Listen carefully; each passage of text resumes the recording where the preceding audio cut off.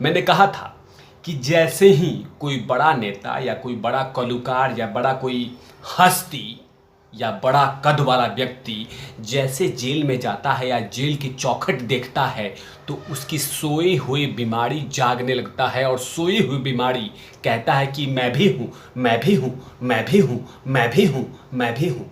अब वही हुआ।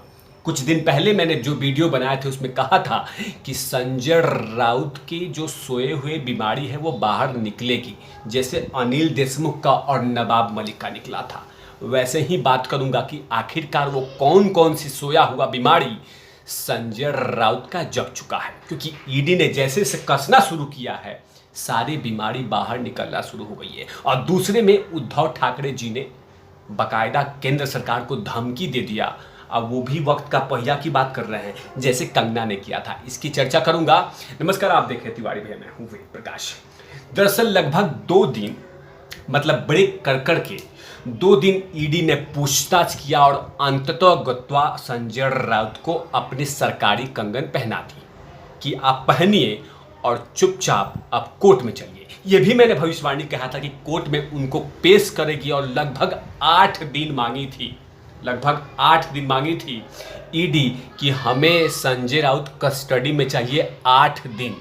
लेकिन जैसे ही 8 दिन कोर्ट ने सुना तो कहा कि it's enough time, enough days आप ले रहे हैं तो बेहतर होगा कि आपको कम दिया जाए और 4 दिन का वक्त दिया ईडी को कि आप 4 दिन अपने कस्टडी में रखिए और फिर जो कुछ आपके पास डॉक्यूमेंट्स है वो तमाम डॉक्यूमेंट्स रिसीव कीजिए।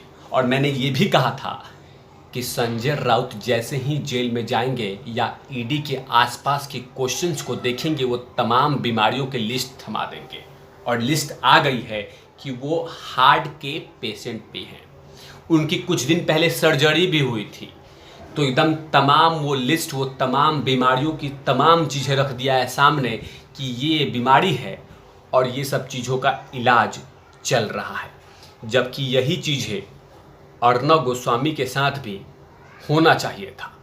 मैं किसी चीज़ पे बराबरी नहीं कर रहा हूँ, लेकिन अर्णव गोस्वामी के साथ जो कुछ हुआ था देश ने देखा था, पूरा देश ने देखा था किस तरह का दुर्व्यवहार हुआ था।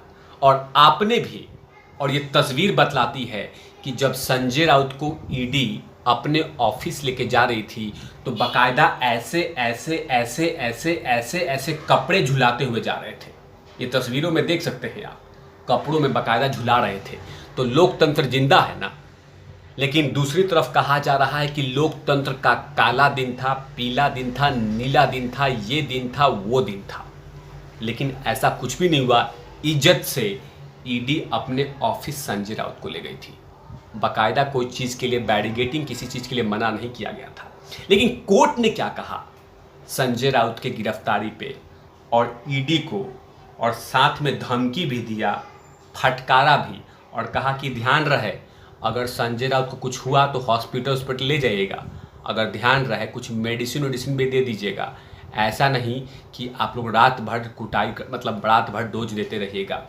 कोर्ट ने कहा कि सभी विवरण के दस्तावेज के रूप में संकलित किया जा चुका है और संजय राउत और उनकी पत्नी की वित्तीय लेन देन भी आसानी से जुटाया जा सकता है। ऐसे में इतनी लंबी कस्टडी की आवश्यकता नहीं है, क्योंकि ईडी ने 8 दिन की कस्टडी मांगी थी लेकिन मिला 4 दिन का।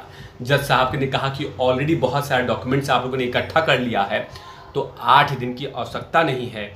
ऐसे में लंबी कस्टडी की आवश्यकता नहीं है। साथ ही साथ संजय राउत के स्वास्थ्य को देखते हुए उन्हें घर का खाना खाने के लिए अनुमति दे दी गई है।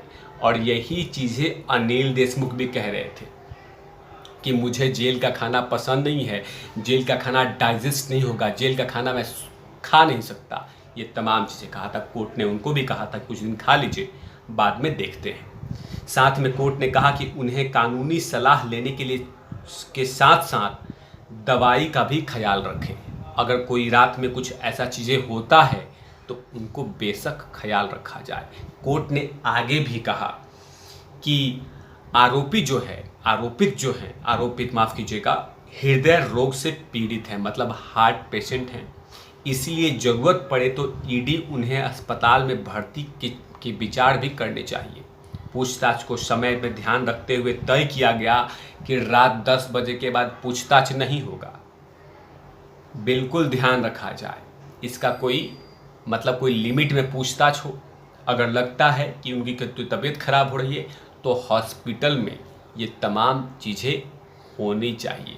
अब सोचिए, जो लोग ये कहते हैं कि लोकतंत्र खतरे में है और मोदी और मोदी और अमित शाह ने कोर्ट को खरीद लिया है, संविधान को ख़त्म कर रहा है। अगर संविधान ख़त्म होता तो 8 दिन ईडी ने मांगा था तो 8 दिन ही ईडी को मिलता, लेकिन ऐसा कुछ भी नहीं हुआ।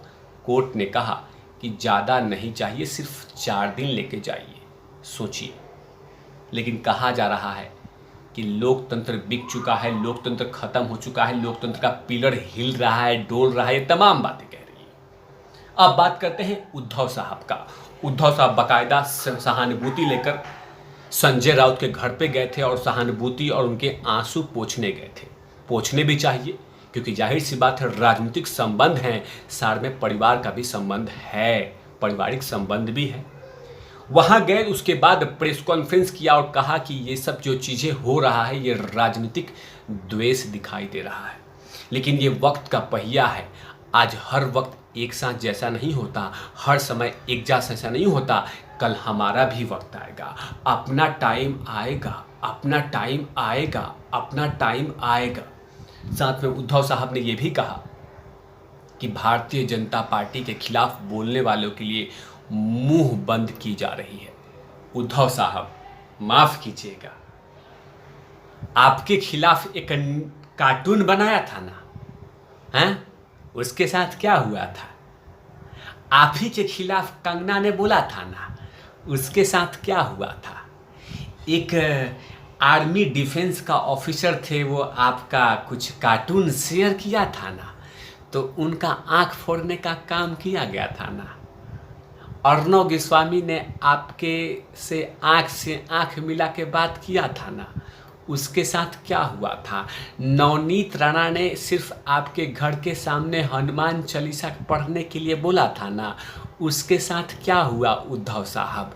रवि राणा ने सिर्फ यही तो कहा था कि मैं आपके ऑफिस के आपके घर के सामने में हनुमान चालीसा पढ़ूंगा, उसके साथ क्या हुआ था? बहुत लिस्ट है उद्धव साहब, बहुत लिस्ट है, बहुत लिस्ट है।